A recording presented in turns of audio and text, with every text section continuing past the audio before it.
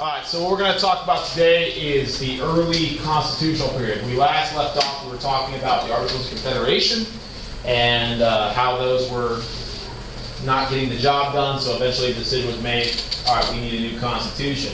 And we talked about that process and how it was ratified. So what we're going to talk about now is the early years, kind of like the first 10 years that this country operated under that new constitution.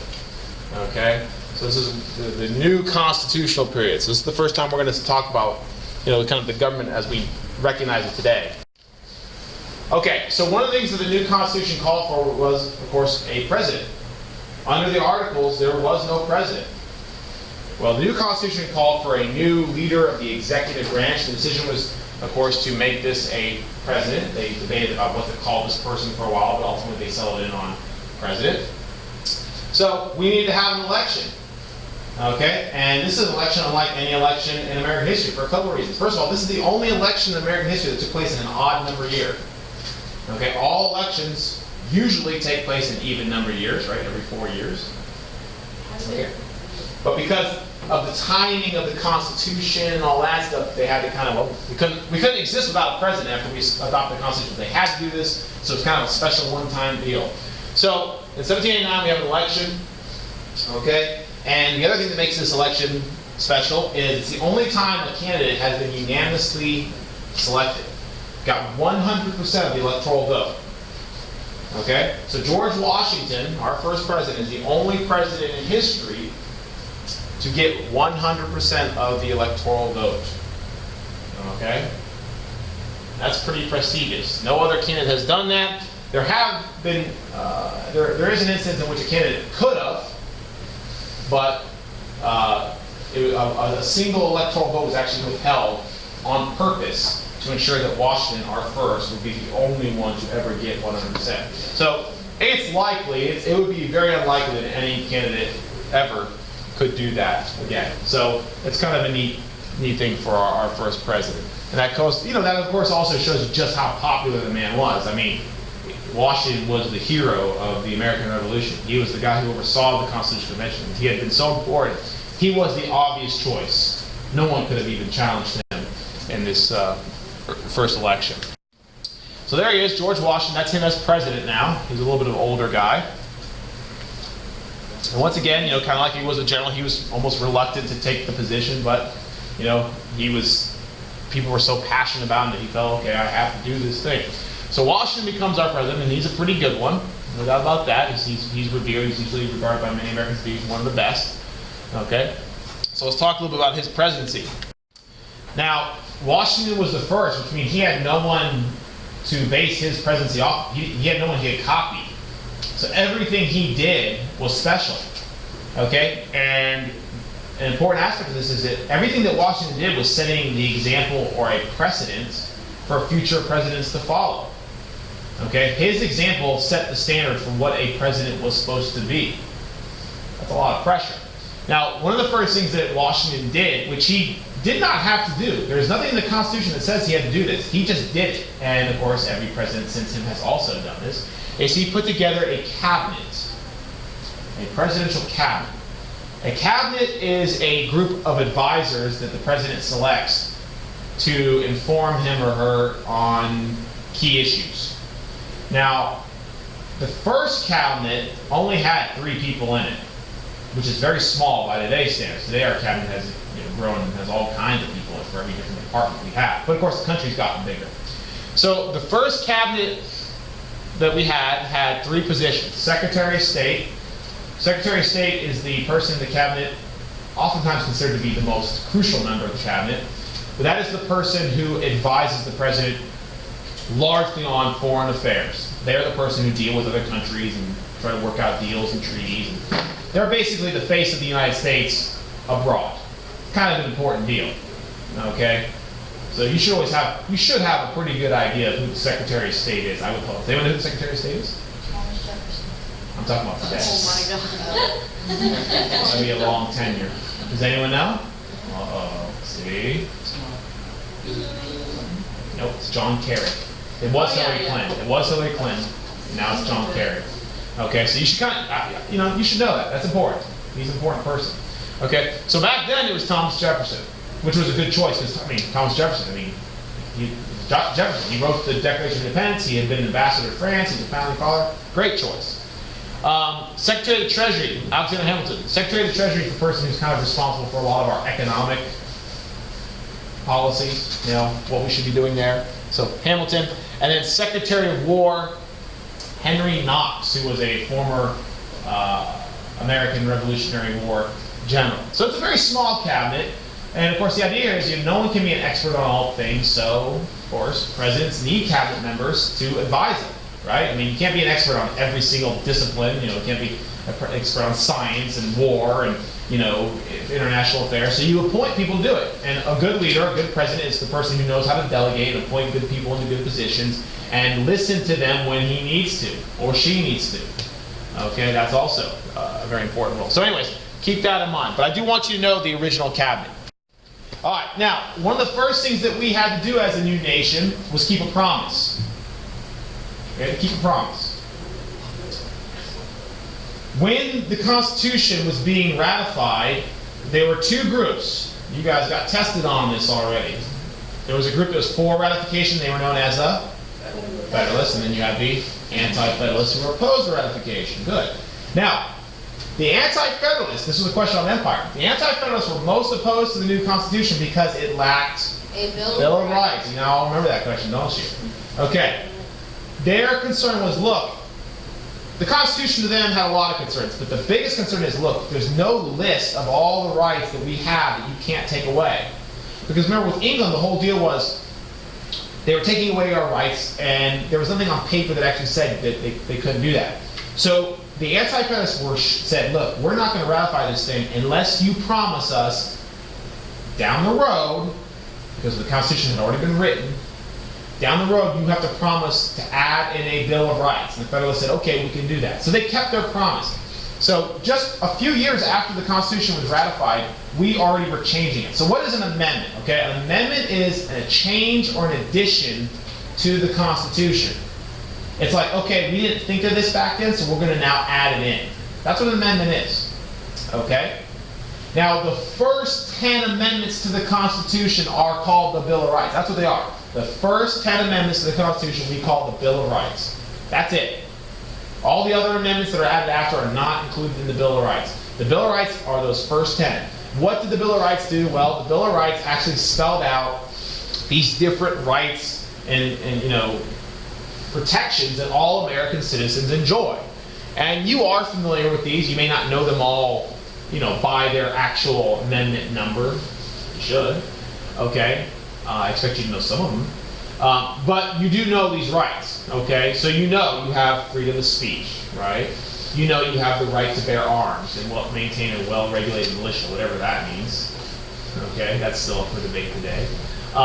You have the right to be secure in your possessions against unreasonable search and seizure, which means the police can't just walk into your house.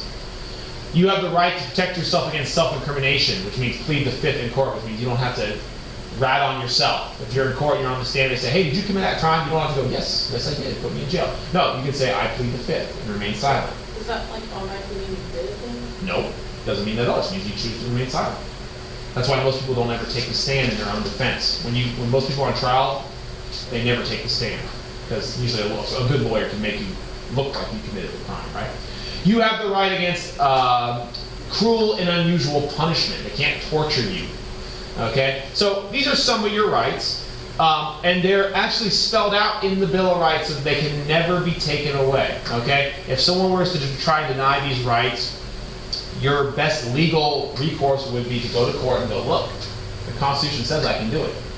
And the whole idea today, the biggest debates we have in the courts today, in legal courts, is that is something we do or something we've done or new law, does it fit with these amendments and things like that, the Constitution? And it is up to the Supreme Court to determine whether that is a right or that is not.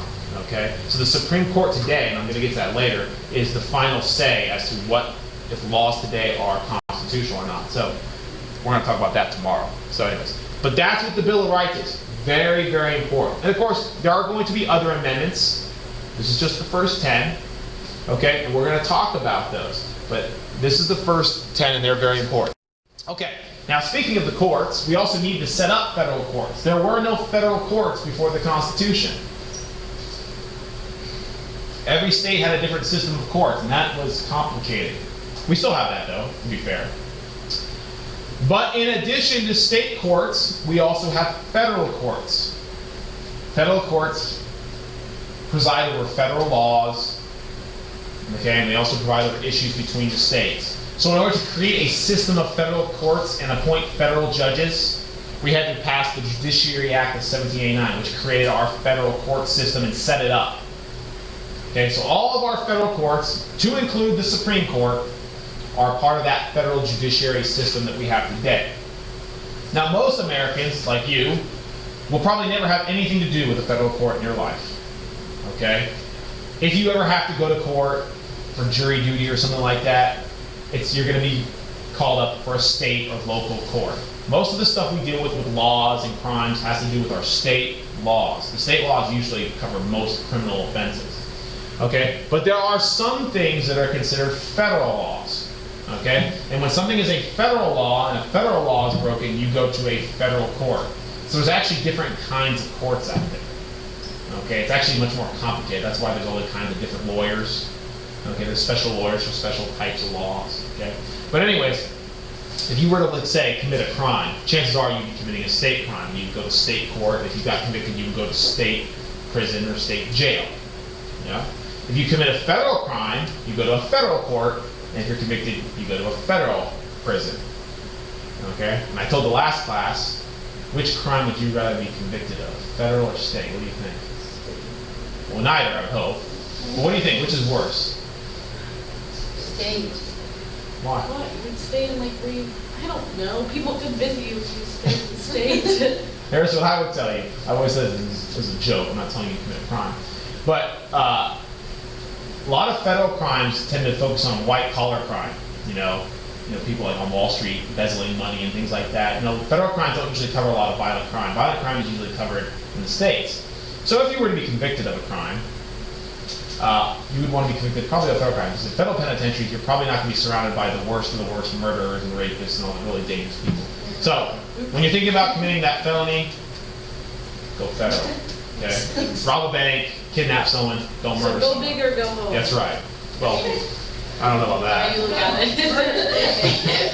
that. Anyways, that's always been my take on it, but obviously none of you should hopefully end up in prison. But Someone's gonna. Someone's gonna. Has to, yeah. I don't want to say who, Roy, but someone's going. All right. Let's move on. All right, now let's talk about economics. Fun. All right. So probably the most influential member, Jefferson's an important guy, there's no doubt about it, but when we talk about influence, the most influential member of the cabinet, the guy who probably was in Washington's ear the most, and who Washington actually listened to, was Alexander Hamilton. Alexander Hamilton had been one of the kind of people who had been at the Constitutional Convention. He's been very important there. And he was, of course, the most important economic advisor to Washington. So because of that, he is considered to be kind of the father of our economic system in a lot of ways. Okay, Hamilton. So Hamilton's ideas were incorporated into our new government. And today they still are to some degree. Now, Hamilton was a Federalist, which means he believed in the strength and power of the federal government. And he also believed, like many founding fathers, that this country was best served by protecting the interests of the people who made it, the founding fathers, the wealthy elites, like himself, which doesn't sound very nice, okay? But it's true, he believed that, okay? So his policies would oftentimes favor the wealthy, favor elites, as opposed to the general population, which isn't all that uncommon when it comes to economic policies in this country.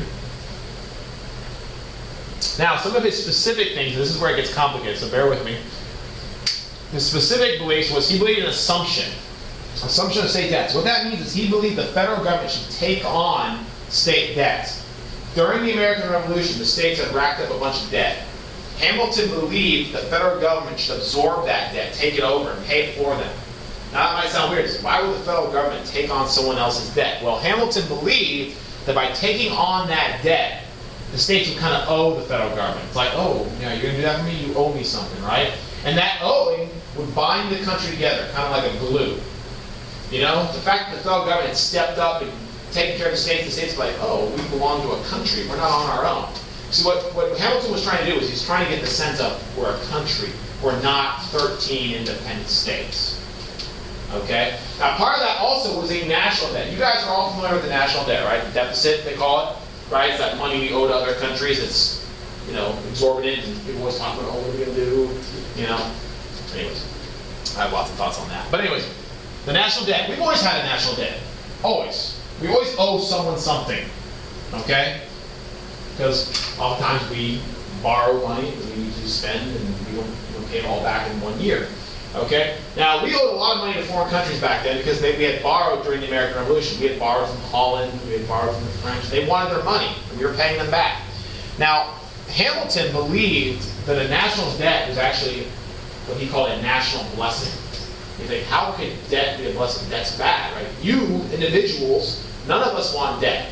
Debt is one of the most pressing concerns for young people today, right? People go to college, they come out with tremendous debt, they don't know what to do. But Hamilton said no. For a country, debt can be a good thing. Here's how he saw it. We were a brand new country. We were young, we were struggling, we weren't sure we were going to make it. Now, a lot of countries we owed money to. The way Hamilton saw it was these countries, it was in their best interest that we succeed. Why? So they get paid back. If we fail as a country, do they get paid back? No. So the way he saw it was, as long as we owe these countries money, they will be on our side because it's like you loan your friend $50. You know, you want your friend to get a job and get money and succeed because you want to get your money back. Okay, so you're kind of rooting for them, but it's also selfish. That's the way he saw the national debt. Which honestly, you could argue that even today. You know, who is the number one holder of all of our debt? Who we owe the money to? Socialists. Well, that's cost, but who do we owe the money? China. China's a major lender. We borrow money from China. Okay? And people always go, well, one day, you know, you hear all these crazy people, you know, China's going to attack us one day because we owe them debt. No. Why would they do that? Why would they? First of all, that's crazy to think they'd attack us. Second of all, they attack us, they don't get paid back. That debt actually keeps the peace. Not that there's any reason for China to hate us. Who cares? We're both making our way in the world. Okay? So, think about that. It's actually pretty brilliant by Hamilton. Now, of course, a limited national debt. You don't want to have so much debt that no one wants to loan you money anymore. That's the only thing you got to be careful with. Debt's okay, but if you have so much debt no one else will continue to loan you money, now you're getting into dangerous territory. Okay? And that's the whole thing that we're concerned with today is, yeah, we have a debt, but if you're not careful managing it and paying back your bills on time, people stop lending you money. And that was that whole thing a couple years ago which they're talking about now, is they closed down the government because they said we don't want to pay back our debts. We were actually, for a moment, they're pretending like we're not going to pay back other countries, and when you threaten to not do that, other countries are like, that's fine, you don't get any more money, that hurts us. So it's very complicated stuff, but it all pertains to today, so keep your eye on the news, because this stuff it comes up. Okay, moving on. Now, how are you going to raise taxes to pay that debt and pay for things? Hamilton called for two things, two major ways of raising revenue to pay for whatever it is you want to do. One was a tax on foreign goods, a tariff. I need you to know that term. The tariff is the single most important economic issue debated in politics for the first 100 years of our country. You need to know that. Okay, today when we talk about economics, they never talk about the tariff. They talk about taxes, income tax, and all these other taxes. No one talks about the tariff anymore. But back in those days, the tariff was a big deal. The tariff was the tax on foreign goods coming into this country. Hamilton wanted to increase that tax in order to raise revenue for the government. Okay, that was one of his goals, which some people liked. People in the North tended to like that because what happened then was that raised the price of foreign goods, which meant people would be more likely to buy American-made stuff, which is great if you made stuff. But if you were a person who bought foreign goods, the tariff actually made you pay more and you didn't like it. So that's a big issue. And the other was an excise tax. Okay, Hamilton's other major thing was he said we need to raise revenue by taxing specific things. And he wanted to levy what's called an excise tax on whiskey, specifically whiskey. Now that's seems like an odd choice, but it makes sense. The reason why Hamilton selected whiskey to tax specifically is because whiskey was a very important commodity in the rural areas of America. If you were a farmer who lived out in, kind of the middle of nowhere, whiskey was actually traded like currency. Now the reason being is this, okay? If you were a grain farmer, you lived out in the frontier, hundreds of miles away from market, it is very difficult to package up all your grain, all that bushels of grain, put it on a wagon or 20 wagons and bring it to market, right? That's a lot of work, a lot of, logistics. So what a lot of farmers would do is they would take their grain, a big old bushel of grain, they would distill it into whiskey, because whiskey is made from grain, okay? So they could take a big old bushel of grain, turn it into a bottle of whiskey, and that bottle of whiskey, okay, was worth as much money as the bushel of grain. Now, which is easier to transport? The bottle of whiskey. So a lot of farmers would turn their grain into whiskey, and then they would sell it, and it was just easier. Okay, so whiskey was being traded so much on the frontier, and we said, let's just tax it, and that money will help, support the new government. Okay. This isn't unheard of. We do this too. We tax specific items. We have what we call luxury taxes and things like that. And sometimes we even tax specific items. A lot of people think that we tax whiskey to discourage people from drinking. That wasn't the case back in those days. But we do that sometimes today too. We put special taxes on, like cigarettes, right? Because not only does it raise revenue, but it also, in a certain way, discourages people from smoking because, hey, they cost a lot of money. Okay? But anyways, so this was Hamilton's plan to raise revenue to pay for all the new stuff that we're going to do. Now the other part of his plan that's not on that slide, that's on this slide, that you need to know, and probably the most controversial aspect of the plan, although the whiskey tax is controversial, it causes the rebellion, was the Bank of the United States. Hamilton believed that we needed a financial institution to kind of oversee our economy. And it's very complicated, and there's no need for us to get into how complicated it is, because it's not necessary in this class. But basically, think of it like this. This was a bank that, it was like the United States had its own personal bank. Let's put it that way. Okay? Now, the bank did not belong to the government. It was not owned and operated by the government. It was actually a private institution like Bank of America. But since the government was the #1 investor, all of our money was put in this bank, the bank kind of worked for us because our money was in it, right? They needed it. So this bank, although it was a private institution, it would handle a lot of our economic needs as a bank would for the nation. One of the most important roles of the bank was it actually made our money, it printed our currency. Okay? So this bank served a very important function in handling our national economy, even though the bank didn't actually belong to the U.S. government. It was technically a private institution. Okay? Now, as I said before, this was, in a lot of ways, the most controversial aspect of Hamilton's economic plan. And it wasn't because anything the bank did was terrible and hurt people, although later on some people think that. That's not why.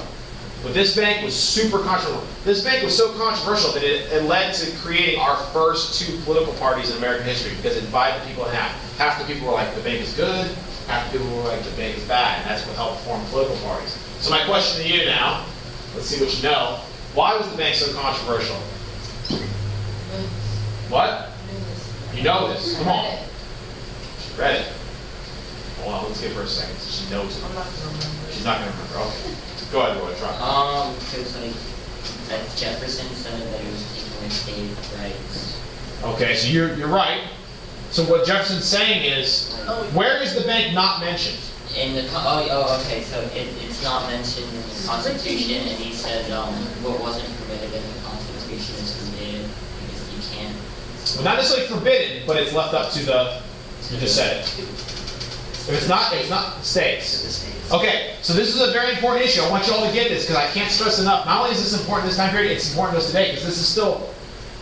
Really, if you want to know what the fundamental issue that divides the 2 political parties today, everyone always thinks, oh, it's social abortion or gun rights. No, that's not the fundamental issue that separates the parties today. The fundamental issue that separates the parties today is states' rights versus federal rights, which goes all the way back to the Bank of the United States. So let me explain this, and then I'll explain how it links to today.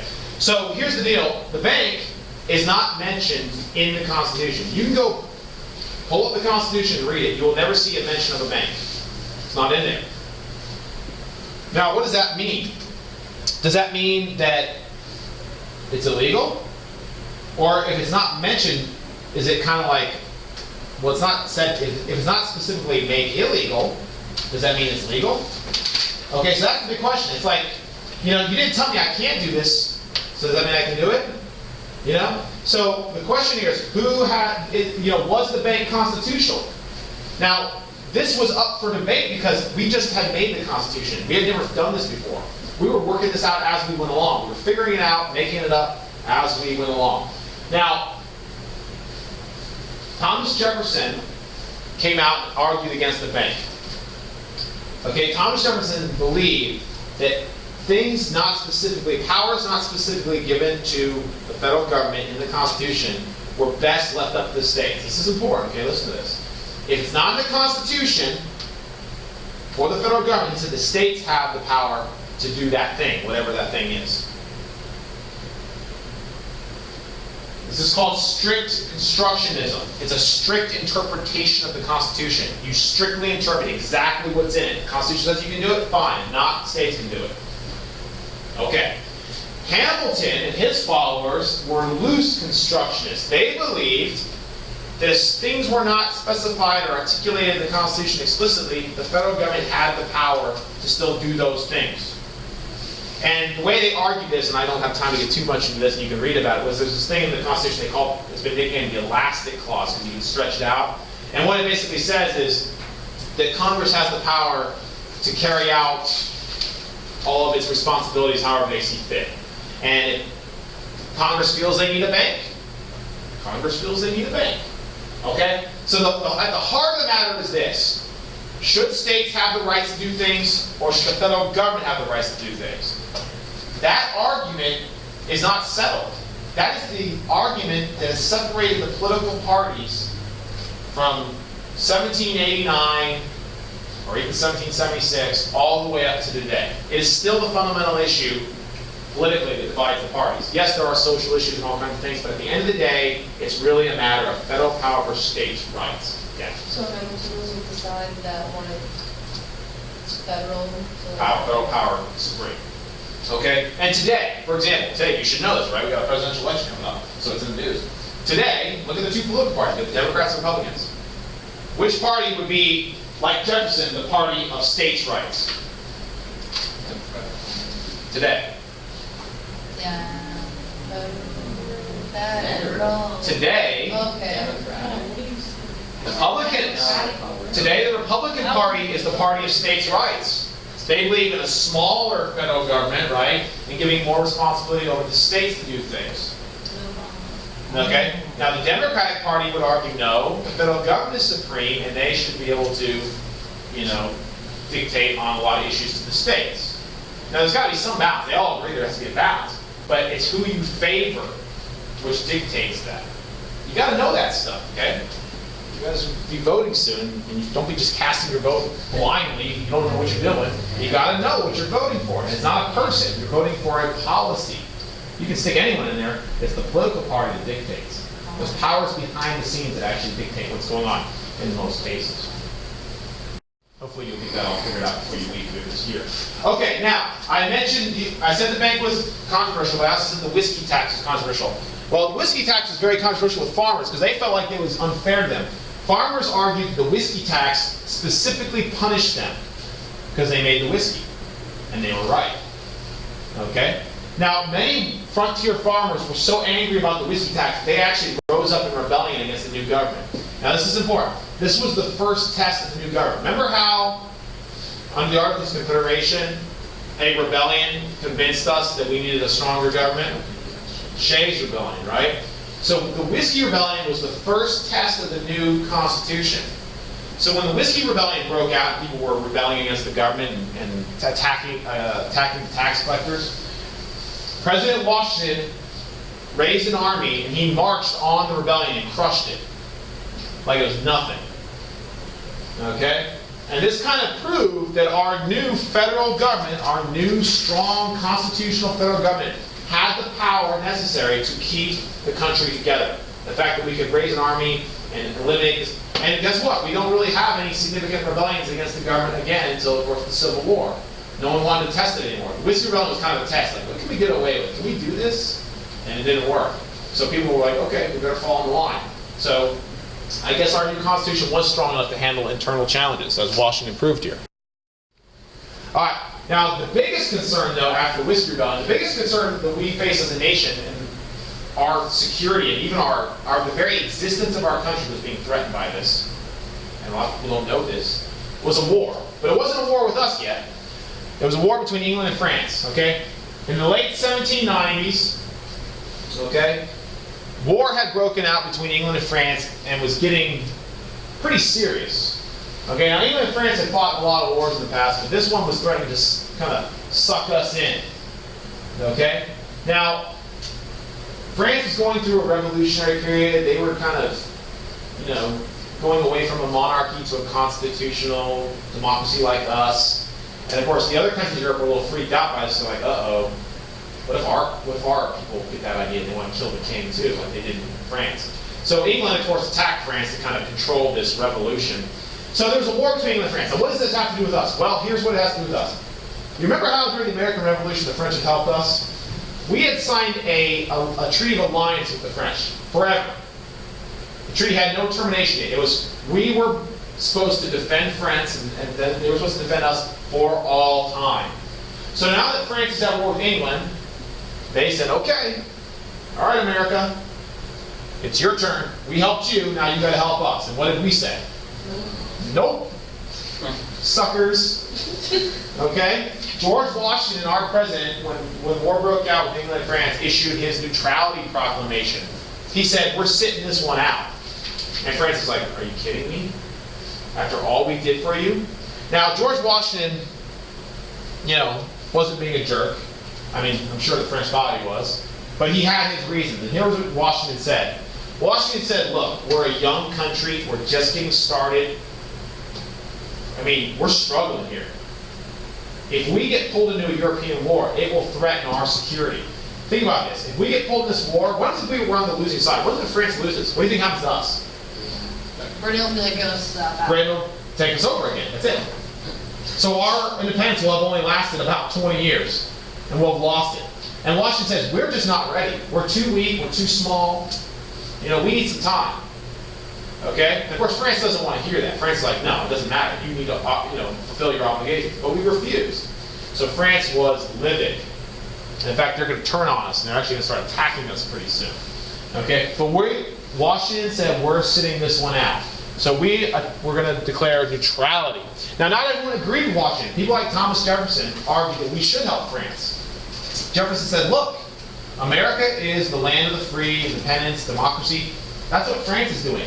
We have got to support democracy everywhere. So Jefferson was like pleading with Washington, we got to go help these guys. The French are our friends. Don't forget, Thomas Jefferson used to live in France as an ambassador. So he had a special bond with those people. But Washington's like, no, it's not our problem, not worth it. So this divided the American public. Now, at the same time that we were refusing to help the French, we were actually signing treaties with the British that made people mad. One of the first international treaties we signed with a foreign country under the new Constitution was called Jay's Treaty. Jay's Treaty is pretty basic. But it made a lot of people mad. Okay? Jay's Treaty was a treaty between the United States and Britain, and it basically only did a couple of things. First of all, the British, after the end of the American Revolution, had promised to vacate all their forts, and they didn't. So under Jay's Treaty, they promised to finally leave those forts. The other thing that Jay's Treaty did was it opened up trade relations with us and the British again. So we were doing business with the British. Now, why is this important? This is pretty minor stuff. But the reason why this is important is because many Americans opposed this treaty because they felt like, why are we making deals with our former enemy? Why aren't we helping the French? Why are we doing business with the British? The French saw this treaty as the United States butting up to their enemy. And they believe now, the United States is getting ready to buddy up with England and, attack us. So even though Jay's Treaty really didn't have any nefarious intent, the French took it that way. And they got really mad, and they decided they were going to teach us a lesson. So following Jay's Treaty, the French now began attacking and seizing American ships headed for Europe. Okay?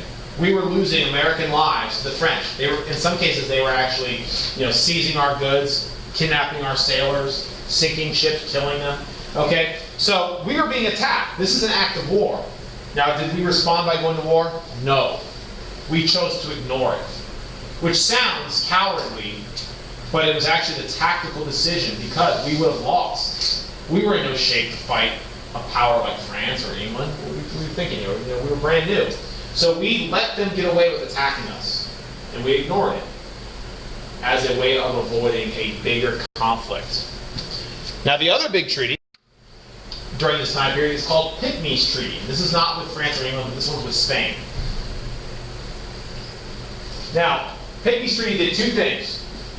First of all, it solidified our southern boundary with Spanish Florida. It was kind of vague, like, well, where does America end and where does Spanish Florida begin? It was kind of like, I don't really know. So we had to work it out. We signed a treaty in which we actually said, okay, this is the southern boundary, right? The other thing, this is the most important part about Pinckney's Treaty, is economic.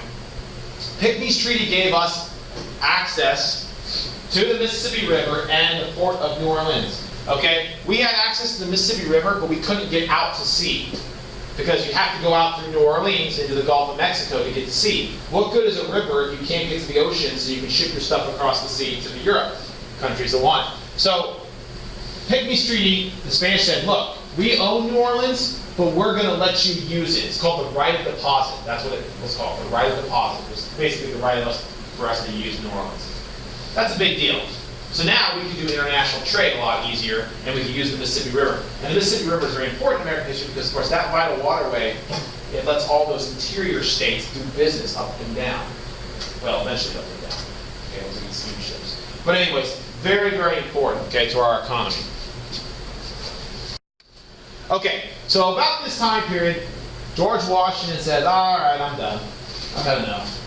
Okay, now I didn't talk about it, but you should know this, and it'll go on your presidential card. George Washington served 2 terms as president. He's a 2-term president. He was elected and then re-elected once. But after being re-elected and serving his 2nd term, Washington decided, I've had enough. I would like to retire to my home and live out my days quietly, which is what he did. Now, this is important right here. Look here. This set a precedent. There it is again. It's a presidential precedent. Like that. President, precedent. You know the difference? Okay. Precedent is an example that all others would follow. What precedent did he set? The precedent he set was 2 terms and you're out. Okay? 2 terms and you step down. Now, did Washington have to step down? No. He did not. There was nothing prohibiting him from running again. Would he have been reelected? Yes. George Washington could have been president until the day he died. That's how popular he was. But he chose to resign, or not resign, but retire, because he believed that no man should be in a position of power like the president for longer than 2 terms, because there's a danger of it becoming almost like a king. Okay? So all other presidents that followed George Washington followed this example. They either followed it by choice, or voters refused to give them a 3rd term until Franklin Delano Roosevelt. He's the only person in American history to be elected more than 2 terms. He was elected to 4. Okay, he died in his 4th term. Okay, so after that they passed a law that said, okay, we're going to make it the law, 2 terms and you're out. Okay, but up until really that time period, which is mid-20th century, presidents were actually allowed to serve more than 2 terms. Okay, just most chose not to. Okay, now here's the thing. When Washington retired, he gave a farewell address, as presidents do. And in his farewell address, which is very famous, he said 2 really important things. Now, I don't know why, but the AP people love this farewell address. It's been on like every AP exam ever. So I'm telling you, you probably really want to know. I don't know why they like it so much. I mean, I like it too, but not that much. Okay? In Washington's farewell address, he said 2 very important things. Number 1, America should avoid foreign alliances. We should not ally ourselves with foreign countries. Why do you think he said that? So we don't pull in any wars that we shouldn't belong in. We never did that. When was the last time we got sucked into a war we shouldn't have been in? Oh, wait, I'm sorry, I forgot. Okay. That was number one. Number two, he said, America should not form political parties. Now, how long do you think we went before we formed a political party? 2 years. 0. That very same year, that election year that he was, retiring, political parties formed. So, we did kind of follow the first one. The first one, we avoided permanent alliances until really the 20th century. Now we're in permanent alliances, so we're not following that anymore. But the whole political party thing didn't last. Okay, he said it, we just ignored it, because in the very next election we have political parties. Okay, so in the election of 1796, Washington's out. We get the first 2 political parties in American history. Let me finish up with this, bear with me. The first 2 political parties in American history are the Federalists and the Democratic Republicans. You need to know that. One of the most important things, and one of the most difficult things to actually learn in this class is the parties and what the parties stood for and where they represented, because it changes over time. It's complicated.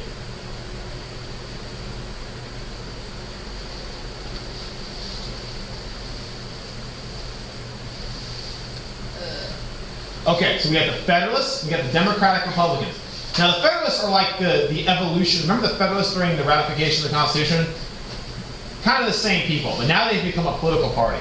And just like during the ratification of the Constitution, the Federalists now, they represent the same idea. Strong, centralized federal government.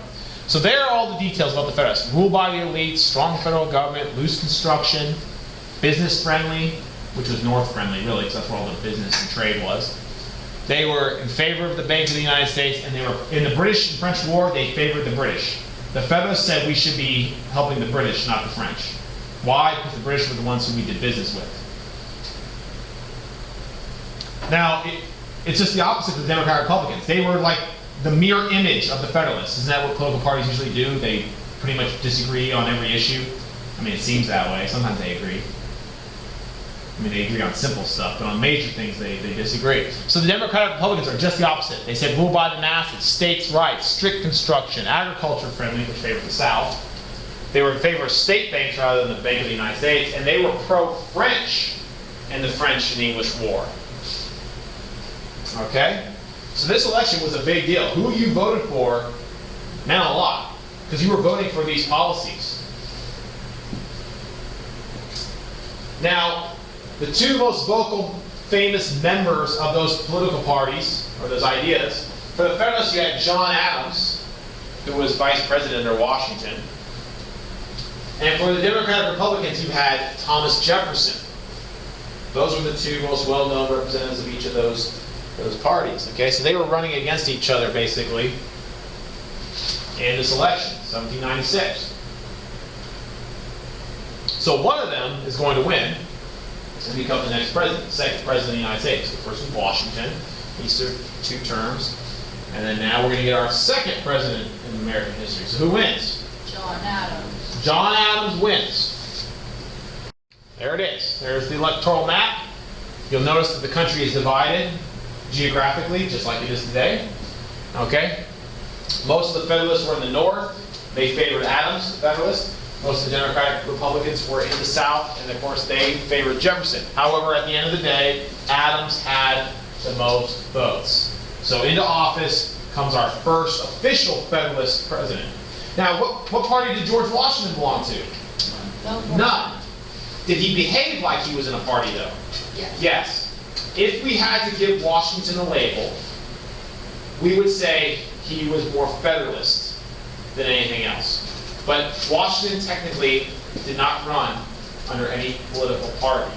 But he behaved like a Federalist. He was more like John Adams than he was like Thomas Jefferson. So just keep that in mind when you're learning about the president. All right. Now, John Adams only served 1 term in office. 1 term. But a lot was going on. Now, the most crucial thing, the biggest issue going on during John Adams' campaign was the war. The war between England and France. John Adams had to constantly deal with the fact that there was this war going on, and both sides were attacking us. They were attacking our ships. Both sides were.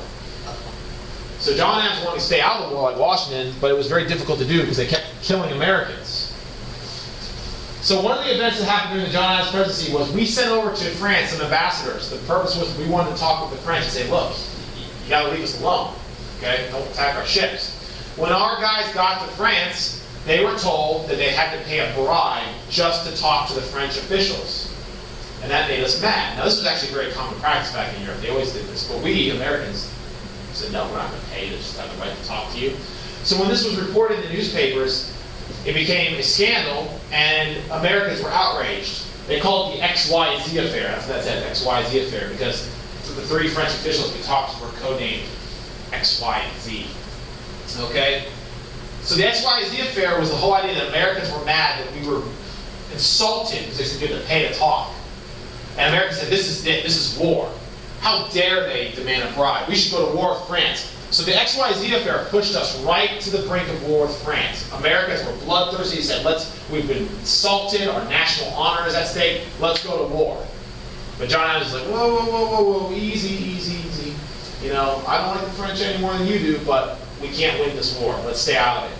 And the fact that John Adams refused to go to war meant he lost a lot of support.